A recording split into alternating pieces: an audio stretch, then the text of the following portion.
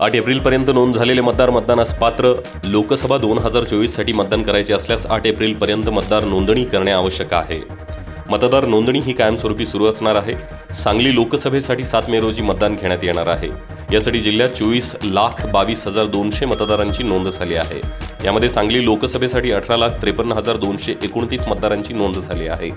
नियमानुसार लोकसभेसाठी उमेदवारी अर्ज दाखल करण्याच्या शेवटच्या दिवसापूर्वी 10 दिवसापर्यंत नोंद झालेले मतदार लोकसभेच्या मतदानासाठी पात्र ठरणार आहेत.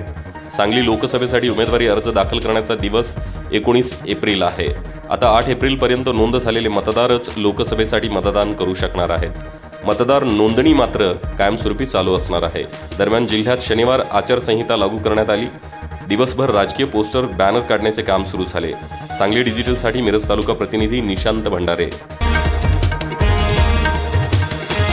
सांगली डिजिटल जमाना, डिजिटल बातम्या.